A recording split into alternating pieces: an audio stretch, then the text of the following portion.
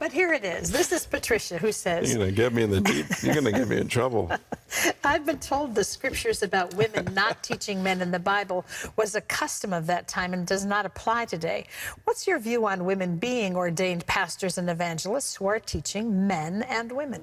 All right, well, let's look at what the Apostle Paul said, and specifically, I think it's one of the chapters that gets kind of ignored in this controversy. So it's from Romans chapter 16. And I'll read from the New Living Translation. So this is verses 1 and 2. I commend to you our sister Phoebe, who's a deacon in the church. Welcome her in the Lord as one who is worthy of honor among God's people.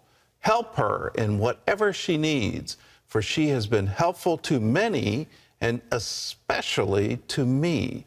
So if Phoebe, a woman, can be a minister to the Apostle Paul, well, then I kind of go, well, what's the problem?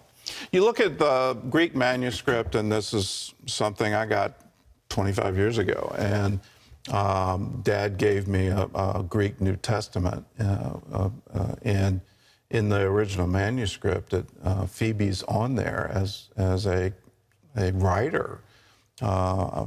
There's a scribe specifically listed in the text, but in the postscript it talks about Phoebe. So not only was she the one carrying the letter to the Church of Rome, which means she would have been the one to read the letter to the church in Rome, but she was also part of the creation of the book, which I find incredible. Here's another example from the same chapter 16, verse 3. Give my greetings to Priscilla and Aquila, my co-workers in the ministry of Christ Jesus. So there you have a husband and a wife, and Priscilla is listed first. And they, again, co-workers. Here's one that you may not have heard about, and it's from the 7th verse of the same chapter. So Paul is literally talking about his entire ministry team. And so this is from the 7th verse of the 16th chapter. Greet Andronicus and Junia. Junia is a woman's name. My fellow Jews who were in prison with me. They are highly respected among the apostles and became followers of Christ before I did. So the Apostle Paul is calling Junia an apostle. So if that happened in the first century, well, then why can't it happen in the 21st century?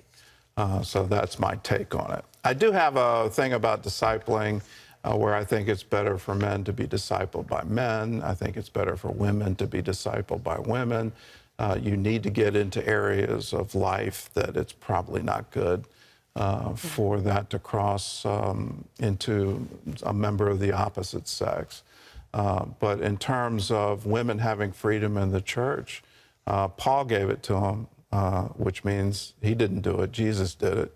And so if Jesus did it, then why not us? Good with me. And Terry's a prime example.